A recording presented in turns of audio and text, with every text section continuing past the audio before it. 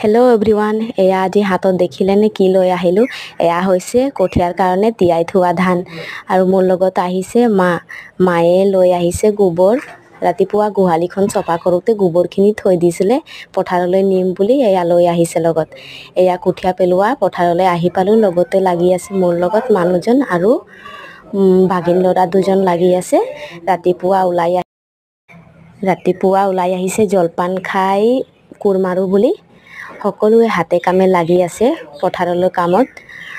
আকৌ কেতিয়াবা ভাবিলে চিন্তা কৰোঁ, মই যদি ইমানখিনি কাম অকলে কৰিব লগা হ'লে আজি বহুত অকলশৰীয়া অনুভৱ কৰিলোঁ হয়। আজি সকলোৱে হাতে কামে লাগি দিয়াৰ কাৰণে মই কেতিয়াও অকলশৰীয়া অনুভৱ নকৰোঁ। পিছে আপোনালোকৰ ভূঁই ৰোৱা কঠীয়া পেলোৱা হৈছে নাই কমেণ্ট কৰি জনাব। এয়া মাৰ লগত ঘৰলৈ যাওঁ বুলি উভতি ওলালোঁ। আকৌ